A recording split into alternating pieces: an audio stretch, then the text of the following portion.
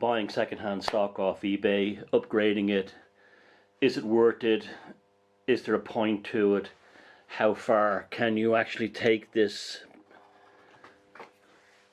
concept? And yes, it still is worth it, even in 2024. Even with all the magnificent rolling stock that's out there, there's nothing to stop you from taking relatively accurate models, even with their faults, and upgrading them. Now, a classic example would be this old British Railways 00 gauge Mark II composite brake coach. This was released in the late 1960s to go with Triang's new electric locomotives, and it had a lot of things going for it and a lot of things going against it. One of the worst things it had going for it was these large surround mouldings around the windows. Make matters worse, on the original versions, Triang and for years afterwards Hornby released them with these painted in a bright silver, which only amplified their large overscaled nature. In later releases, Hornby did them and painted them grey, like I have done here. This model was one of the early original releases with the garish silver surround. Now, a big problem with the Hornby stock from that period, and Lima and many others, not just in 00 gauge but in HO gauge, is the lack of flush glazing. Now, from a distance, this model looks like it's flush glazed, but it's not. It's purely a painting trick. It's purely a trick of the light. What I did was I painted the entire gloss black interior, as well as the entire inner area of the window frames gloss black.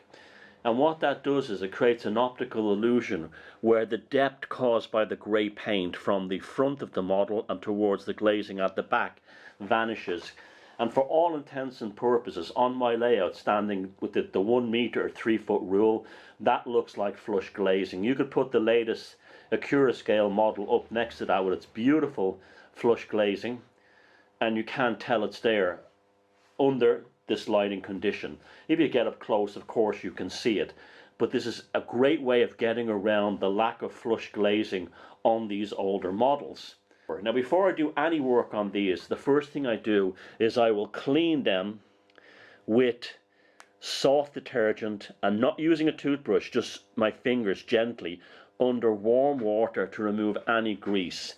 Now, I don't like putting on new decals and lettering, so the first thing I will do is I will give it a spray of gloss or matte varnish just to protect the lettering and printing from layers of masking tape which might go on later. This way you don't pull them off. They're saved. And it solves you a lot of problems. So first I resprayed this grey area with a grey that was close enough to the original Hornby grey. And then that took care of the silver around the windows. Next thing was to spray the inside black with the exterior heavily taped over. I put very good quality masking tape along the front of the windows, and I make sure after I painted the exterior to push the tape in deeply, like good quality Tamiya or some other masking tape. So make sure it's well pushed in there. Any bits of grey that remain, you can touch them up with gloss black paint on a brush. This way you don't damage the exterior. The gloss also on older models, if you use gloss varnish, hides a lot of scuff marks that you get on the darker areas that show up when you get on darker plastics, especially if they're not painted. This is the original body colour. The entire moulding is this dark blue colour. You get scuff marks. It removes them, it hides them by creating that varnishing effect. So then when the windows are done and I replace the glazing, I painted the interior this orangey colour. I'm not so much, hung up on the interiors of these models. Just to show you, I don't know if you can see them there, but the interiors are still in there. And I'm not hung up on lighting or anything. And then I get a Sharpie silver marker, and I pick out the handles on the doors and the hinges and so on. The underframe was dead easy. I painted it a weathered brown color, and I did, as you can see, the springs have been picked out in red paint like on the prototype, and so that's, you know, automatically improved that. I put on smaller couplers, and you don't have to do that. I'm not particularly hung up on the small couplers. I left the original wheels in because they're on pinpoint axles, as you can see here, and so they roll pretty freely. Now the thing is with these wheels is because, or any wheels you get on rolling stock, GF are notorious for this, where the two wheels are separate from the axle, the gauging will slide in and out. So make sure you use the back-to-back wheel gauge to sort that out. So that's massively improved the underframe and the undercarriage. It's massively improved the appearance overall. That looks like flush glazing, and of course painted the doors red as per the prototype, the end doors as per the prototype. And so you end up with a model that was very inexpensive. It's very old. This thing is like over half a century now. And, you know, does it stack up against the latest Acura scale models? No, not at all. The latest Bachmann or Hornby models? Nope. Does it do the job? Yes. And that's the whole point of buying old stock or obtaining old stock. Or I also painted the roof satin black, and so on. Is that it's also a lot of fun. You save a lot of money, and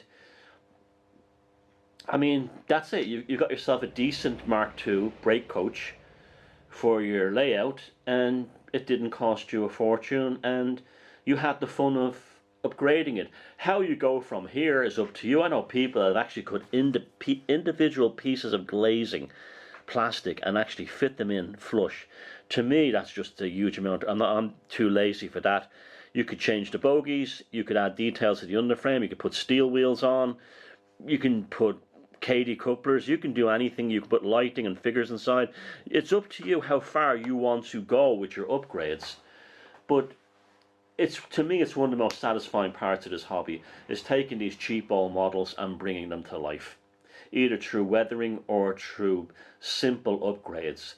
And you have something that was a toy. It still has the limitations of the thick frames around the windows, but they're not as garish and pronounced because they're painted the same color. But you also don't notice them as much now, because when you look at this going by, even stationary, you're going by from a distance, that looks like flush glazing, even though it's purely an optical trick. Thank you.